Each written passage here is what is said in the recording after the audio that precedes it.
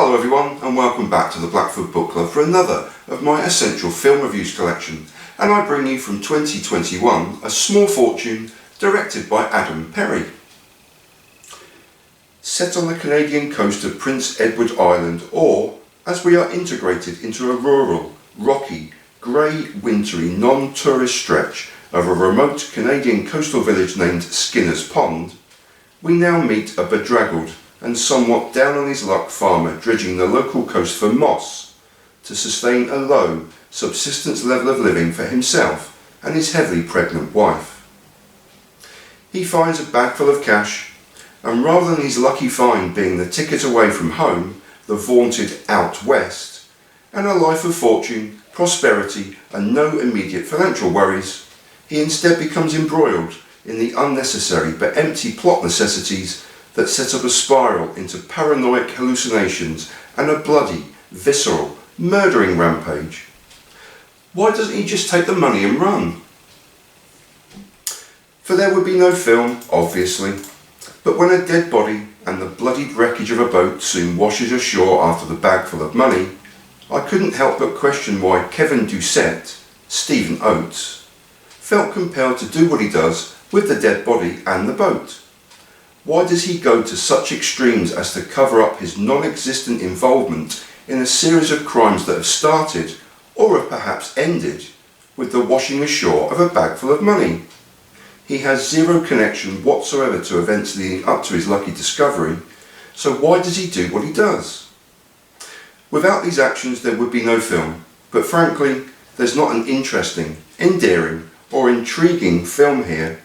Anyway, this 91-minute film from debut writer and director Adam Perry is based upon his short film entitled A Blessing from the Sea, and essentially comes in two halves split by a very definite fade to black.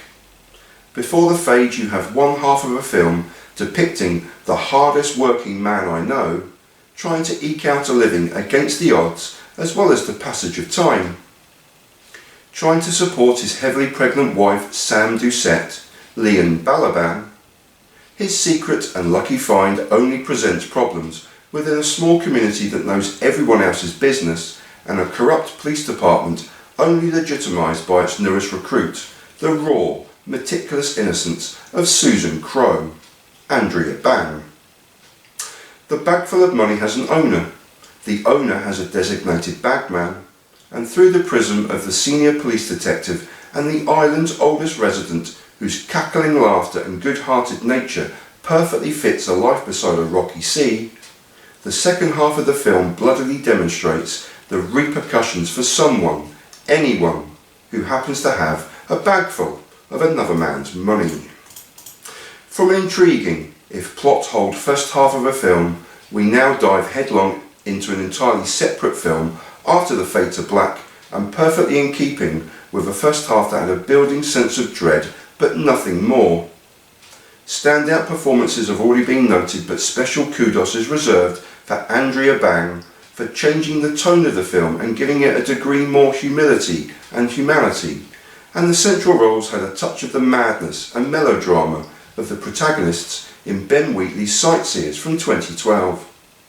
The ending had echoes of Paddy Considine's Tyrannosaur from 2011, and the overall theme of a bag full of money falling into inept hands has the look of a Coen Brothers film from any age.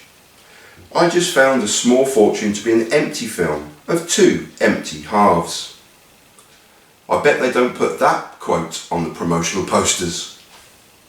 And I'll leave you in peace and in solidarity, and I thank you so much for watching. Peace everyone.